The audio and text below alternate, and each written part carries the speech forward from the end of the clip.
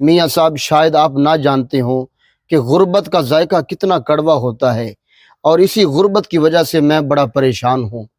کیا آپ کے پاس دینے کے لیے کچھ ایسا ہے جو آپ قیامت کے دن کے لیے مجھے دیں؟ جو آپ کے پاس ہے وہ ایک نہ ایک دن ختم ہو جانا ہے، اور جو اللہ کا ہے وہی باقی رہے گا۔ بھائی جان یہی جملے ایک بار پھر دہرائیں۔ میاں صاحب آپ کے پاس ایسا کچھ ہے دینے کے لیے جو آپ قیامت کے دن کے لیے دیں؟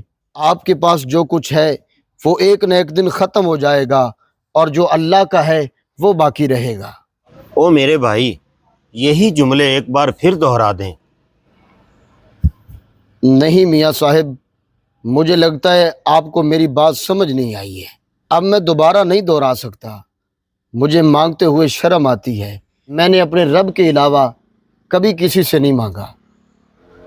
ایک منٹ رکیں بھائی جان، آپ غلط سمجھ رہے ہیں، ایسی بات نہیں ہے۔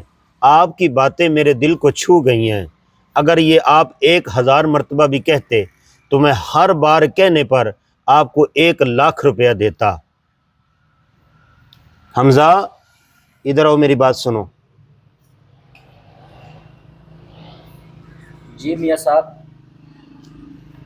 حمزہ ایسا کرو، 3,00,000 روپیہ بھائی جان کو دے دو، اور ساتھ کھانے کے لیے کچھ گندم بھی دے دو۔